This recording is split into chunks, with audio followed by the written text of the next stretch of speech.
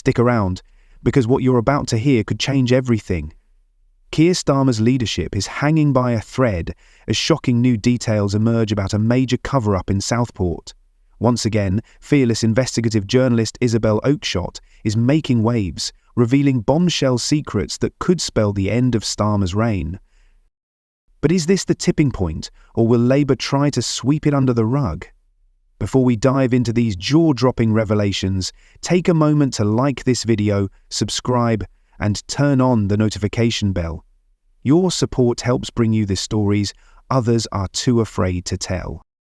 I am listening to all this again because I know the distress that it has caused her. I know how many real and huge problems we've got in our country with lawlessness. We saw the scenes of lawlessness, and there's something deeply, deeply wrong about the way all of this is being managed and policed. For weeks, quiet murmurs about corruption in Southport have echoed across political circles. What seemed like just another rumour has now swelled into a full-fledged scandal with serious implications. Southport isn't just any constituency. It's a cornerstone of Labour's plan to regain trust in the north, a region critical for any party hoping to lead the nation. There have been cases in the last couple of days that people will be aware of, probably. These are people who are being persecuted, often without any full information as to why they're being pulled up by police. Now the cracks are showing.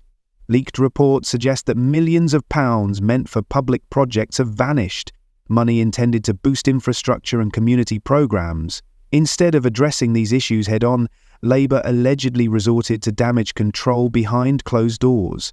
And now, thanks to Isabel Oakeshott's tireless investigation, the truth is beginning to surface on live television.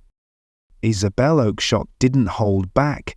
Known for her no-nonsense style, she delivered blow after blow, claiming Labour's leadership under Starmer has sacrificed integrity for political survival.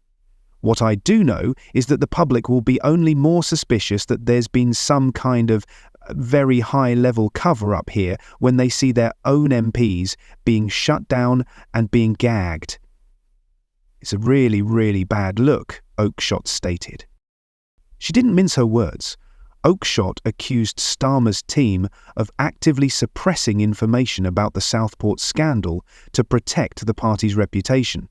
Even more damning, she hinted that Starmer himself was aware of the financial mismanagement and may have approved efforts to keep it hidden.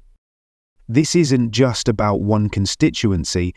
Oakeshott described a disturbing pattern of secrecy that could shatter the public's trust in Labour as a whole. I want to add what Mr. Cummings enlightened us about. The process. I just looked up what he actually said because I think it's really important. He says that Keir Starmer would have known within minutes or a couple of hours, absolute minus of course, most of the local people would be secretly involved in something urgent. Reports show that millions of pounds earmarked for community development and infrastructure projects in Southport are unaccounted for. These funds were meant to breathe new life into a struggling constituency, offering residents hope and tangible improvements. Instead, these resources have vanished, leaving a trail of unanswered questions. I think that is sensational. It's really important, one commentator noted. It suggests that there was a cover-up at the highest level. And most importantly, why did Labour choose secrecy over transparency? This isn't just a case of poor financial oversight, it's about promises broken to the very people Labour claims to represent. The timing was carefully engineered. The sense is that Keir Starmer and the Home Secretary knew perfectly well about these extra details of enormous public interest and importance very early on. The most damning part of this scandal is how Labour reportedly handled the fallout. Insiders allege that whistleblowers who tried to expose the truth were met with threats and intimidation.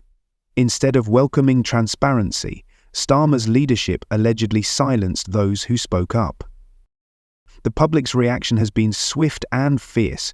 Social media platforms are overflowing with anger and disbelief.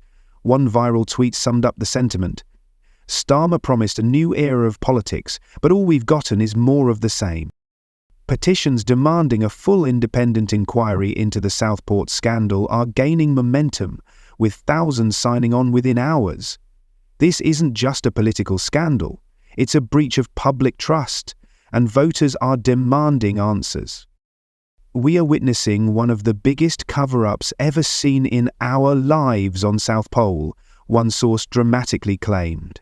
All I can say right now is, I know a hell of a lot more than the British public know, a hell of a lot more. The controversy doesn't stop at public backlash. Labour itself is in turmoil. Senior MPs are reportedly calling for an emergency meeting to address the scandal. One insider described the situation as not just a PR disaster but a full-blown leadership crisis. Starmer's leadership, once seen as Labour's golden ticket back to power, is now under immense scrutiny. If you don't like the changes that we've made, I say the door is open and you can leave, he once proclaimed. Now, those words seem to ring hollow. Isabel Oakeshott hinted that Southport is just the beginning. She claims there are more scandals waiting to erupt, each potentially more damaging than the last. If Oakeshott's claims hold true, this could be the start of a domino effect that tears apart Labour's credibility and Starmer's leadership. This is more than just a test of leadership, it's a defining moment for Keir. Will he finally step forward, acknowledge his mistakes and work to restore trust? Or will he continue to shield his leadership in secrecy, dragging Labour down with him? In a staggering show of public outrage, an online petition calling for Keir Starmer's resignation has surpassed 3 million signatures, a number that continues to grow by the hour. This petition isn't just a symbolic gesture, it's a resounding cry from voters who feel betrayed by the leadership they once trusted.